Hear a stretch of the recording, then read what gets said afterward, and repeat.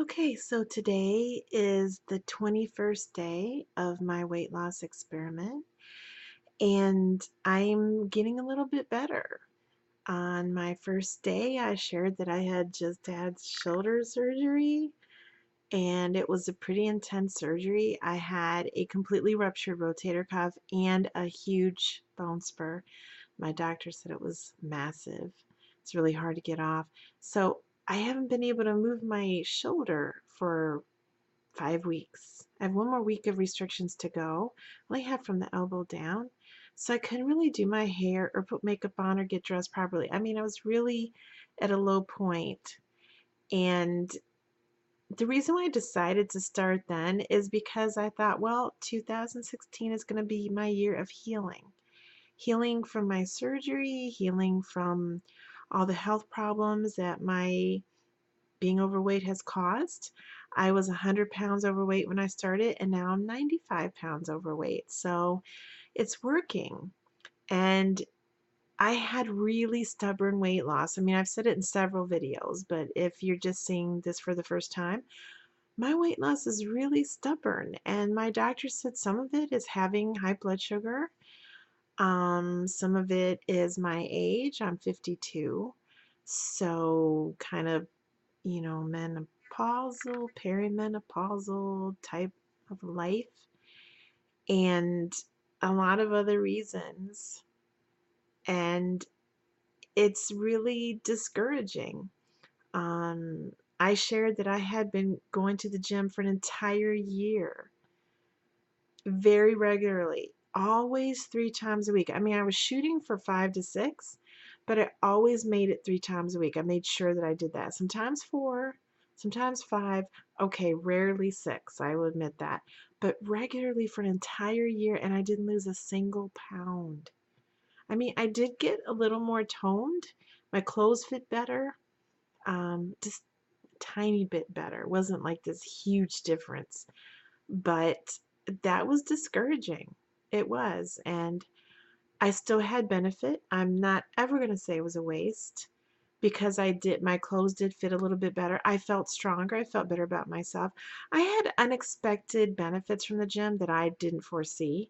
My asthma got better, and I really noticed that last winter. It was so cold last winter. I live by the Great Lakes, and usually if it hits 10 degrees, I'm have a high chance of an asthma attack. If it hits 0, it's guaranteed.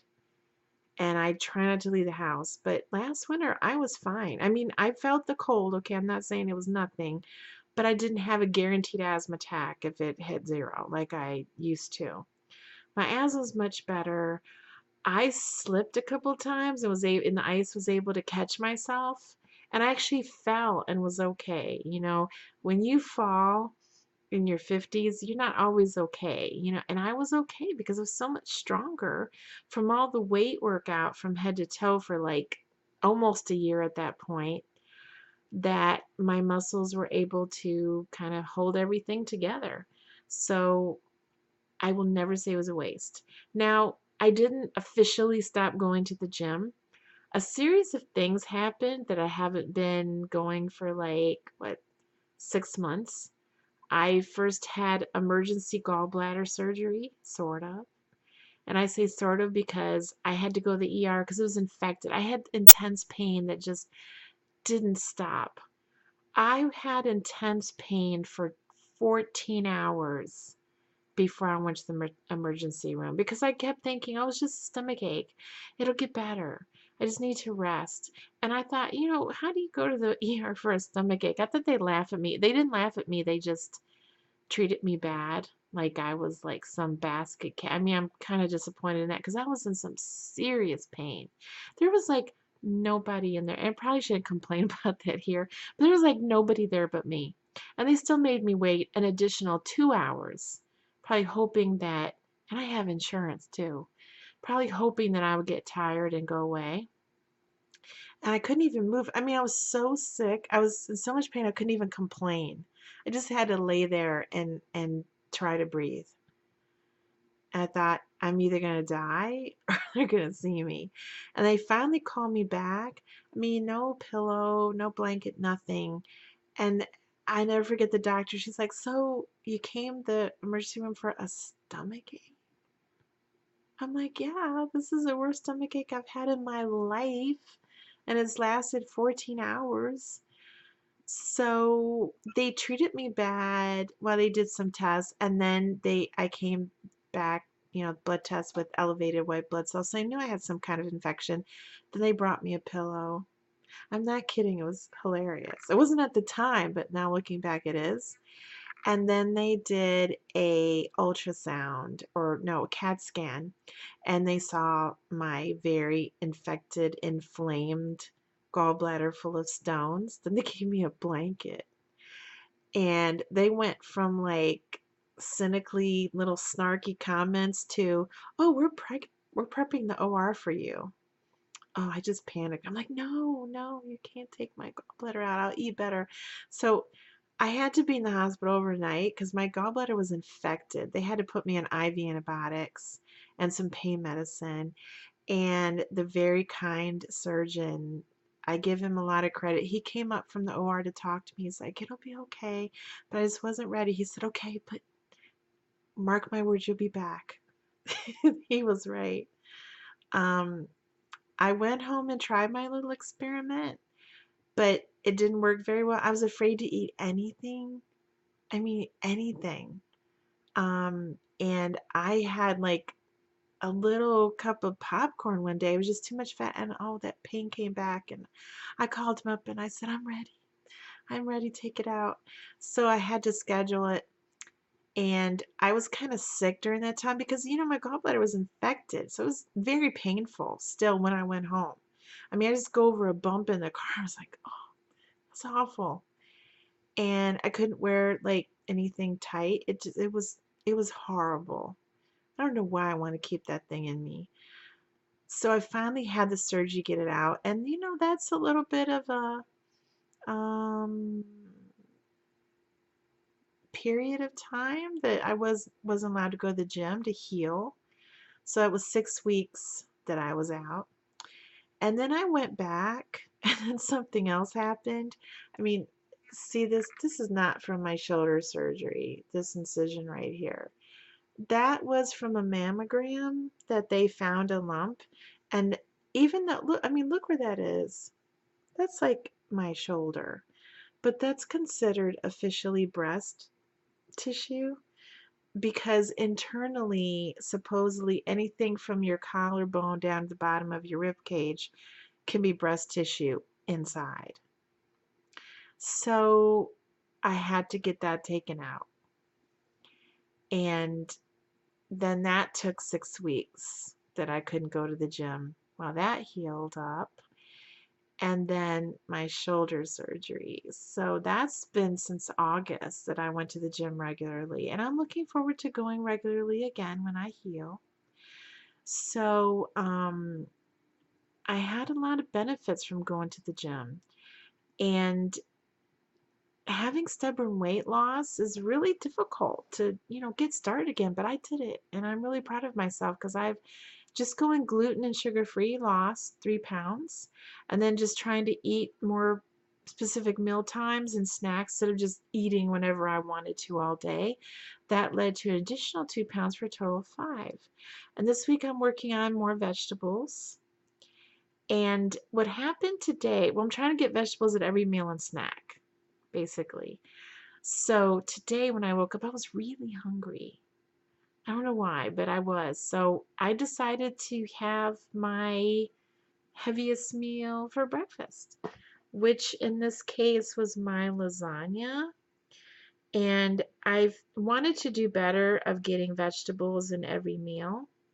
So I put spinach in this lasagna.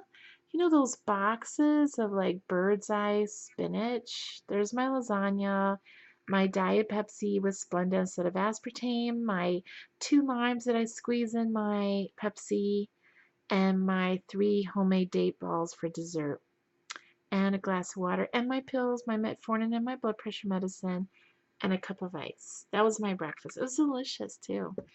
I took the box of the spinach and I had 1/4 of it, mixed in with the ricotta with garlic powder and onion powder and some cayenne pepper because I like things spicy.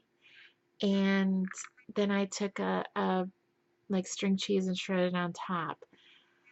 So I had that with the water and my medicine and the can of Diet Pepsi, the 2 limes, and the date balls. That was my breakfast.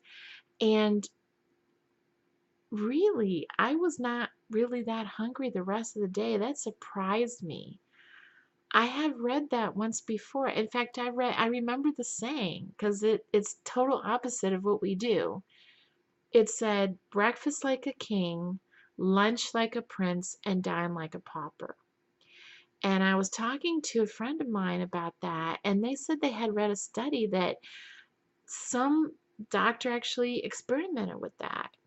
And they found that the breakfast dinner people lost more weight. So I thought I would try that. Well, there must be something to that because I didn't eat lunch until like 4 hours after the meal, and I still wasn't hungry.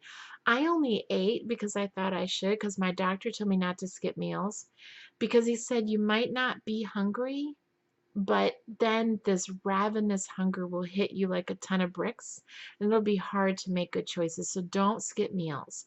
If you're not hungry, eat a little bit and eat something high protein and some low carb vegetables that will keep your blood sugar steady. So that's what I did. When I wasn't hungry at lunch, I ate a couple hours later, which is 4 hours after this meal. I had something pretty healthy. I had half of a trout fillet and a couple stalks of celery and some Mexican coffee. Now, the trout fillet is just coated in the Old Bay blackened seasoning. It's really good and cooked in the George Foreman grill. I ended up having the celery with some hummus. I was going to have it plain, but at the last minute, I decided to put some hummus on it. And the Mexican coffee is just decaf coffee with 3 envelopes of Splenda, a tablespoon of cinnamon, and 3 tablespoons of unsweetened cocoa. Now, that might seem extreme to you, and it might be, but I really don't limit myself when it comes to unsweetened cocoa and stevia because I see it as being quite healthy. Unsweetened cocoa has fiber, has a lot of antioxidants, it has little fat, and the fat it does have is healthy, it's vegan.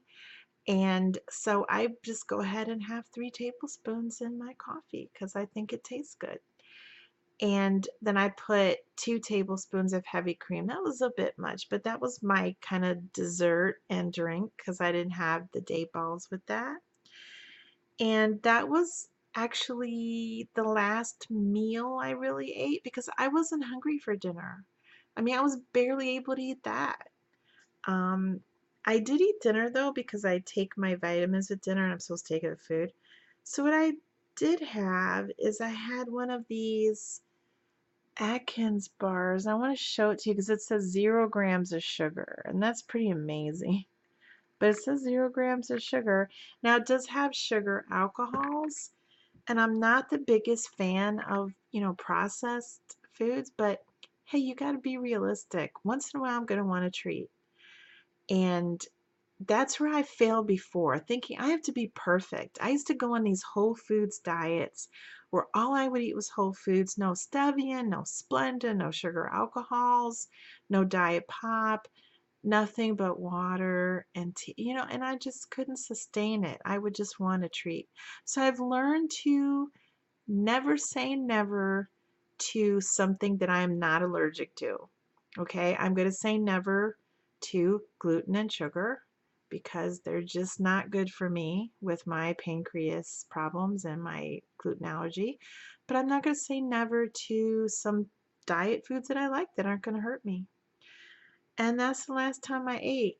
So I was full. So I guess the lesson today is just be reasonable with yourself because it's easier to stick to a plan and maybe try eating dinner for breakfast. Hopefully you get the same good results because it worked great. I really had very little hunger all day.